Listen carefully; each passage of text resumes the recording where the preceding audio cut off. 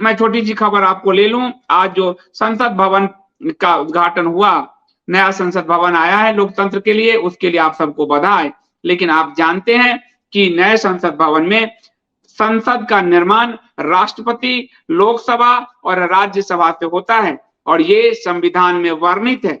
तो इसमें राष्ट्रपति, उपराष्ट्रपति को कोई न्योता तक नहीं दिया गया, सिर्फ इसलिए कि पट्टी में राष्ट्रपति का नाम ऊपर ना आ जाए, प्रधानमंत्री से ऊपर आएगा। सीनियर अगर देखा जाए क्रम जो है हायरार्की, तो राष्ट्रपति, उपराष्ट्रपति, फिर प्रधानमंत्री, ऐसे में भविष्य पट्टी में नरेंद्र मोदी जी का नाम कैसे देख पाएगा, इसलिए राष्ट्रपति नहीं लाए गए। इसमें बड़े सारे जो संत शामिल किए गए, उसमें कुछ संघी संत थे शामिल, जिन संघी संतों ने चर्च आदि की बड़ी तारीफ की, हिंदुओं के विरुद्ध काम किया, वो लाए गए साथ से, कुछ के उसके नाम आप देख सकते हैं। इसके अलावा यहाँ पर तरन्नुम गवाया गया, सर्वधर्म का मंच बनाया गया। आप सोचकर देखिए कि आप कहेंगे कि लोकतंत्र है, सभी धर्म का आदर होना चाहिए, तो क्या ये संविधान निर्माताओं को नहीं पता था? जब संविधान निर्माताओं ने संविधान की रचना की, उसमें संविधान के पहले पेज पर भगवान राम के दरबार दिए, मक्का मदीना नहीं दिया सेकुलरिज्म के धतूरे में। लेकिन अगर ये नेता होते वहां, तो हमारे संविधान के साथ कितना बड़ा दुर्व्यवहार करते। आप सोचिए, जब तरन्नुम गाए जा रहे थे, मजहबी तरन्नुम, तो मोदी जी आंख बंद करके झूम रहे थे, जैसे ओरिजिनली उनके मजहब की कोई याद दिला रहा हो। तो सबसे बड़ी बात यही है कि हमारे संविधान निर्माता आज के कांग्रेस और आज के भाजपा के नेताओं से कहीं ज्यादा अच्छे, कहीं ज्यादा समझदार और कहीं ज्यादा देश बनाने वाले थे।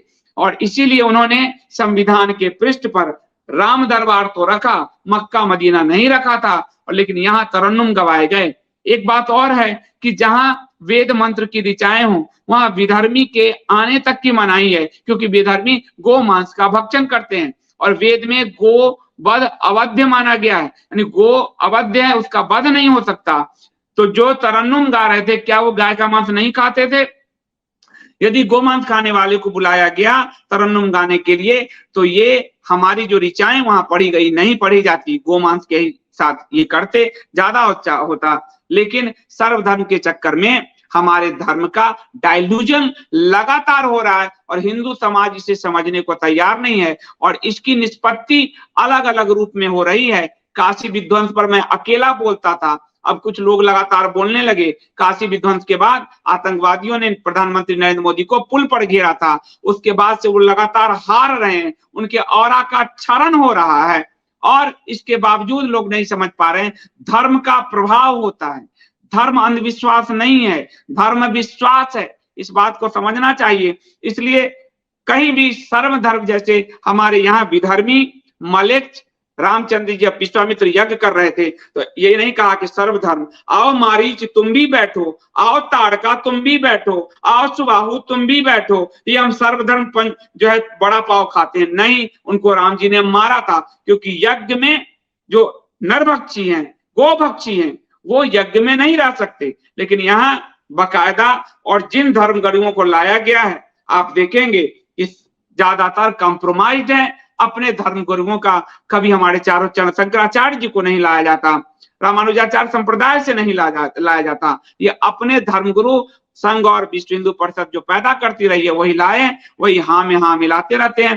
धर्म का डाइल्यूजन हो रहा है, हिंदू समाज समझने को तैयार नहीं है। मैं आपको बार बार समझाता हूं, आप नहीं समझना चाहते हैं।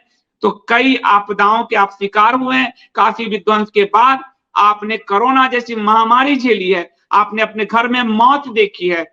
अगर धर्म का, मंत्र का बहुत प्रभाव है, मैं मंत्र की रोज उच्चारण करता हूं इसलिए बता रहा हूं आपको, मंत्र का बहुत प्रभाव है। और जो कर रहा है सिर्फ वही दोषी नहीं है, जो उसके लिए सहयोग कर रहा है, जो मौन रहकर सहयोग कर रहा है, वो सब दोषी है, और वो सब उस लपेटे में आएंगे। धर्म का इतना प्रभाव है।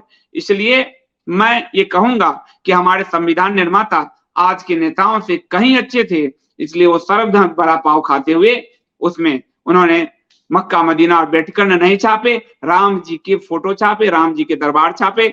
आज के ये नेतागण होते, प्रधानमंत्री होते, तो पता नहीं राम जी को कहां फेंक चुके होते। राम के गर्भगृह भी ये मलेच्छ से बनवा रहे हैं, धर्म के साथ।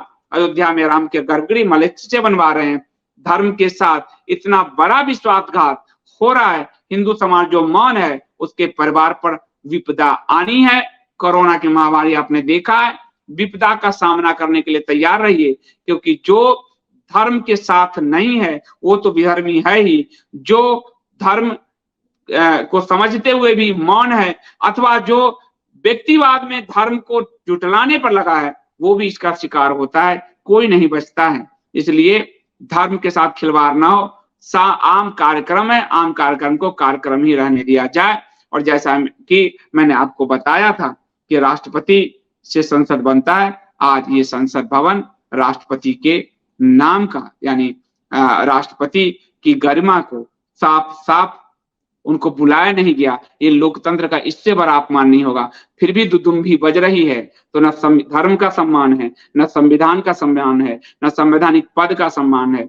सेंगोल की बात की गई, सेंगोल सत्ता हस्तांतरण का प्रतीक है। वो अभी किसको सत्ता हस्तांतरित किया गया? न परंपरा का सम्मान है, लेकिन नए धर्म गढ़े जा रहे हैं ताकि freemasonry society, one religion one world one god की अवधारणा कल को यही हिंदू मानेंगे जो हिंदू आज पीछे पीछे नारेबाजी कर रहे हैं। आज भी आपने देखा संसद भवन, नए संसद भवन में तरन्नुम गवा रहे हैं, अरबी तरन्नुम हो रहा है। उस अरबी तरन्नुम में काफिरों के विनाश की बात है, वो संसद में गाए जा रहे हैं। काफिरों के विनाश लिखे हैं उसमें, वो संसद में गाए जा रहे हैं। इसको सर्वधर्म संभाव चल रहा है क्या? ये काफिरों के विनाश की बात हो रही है।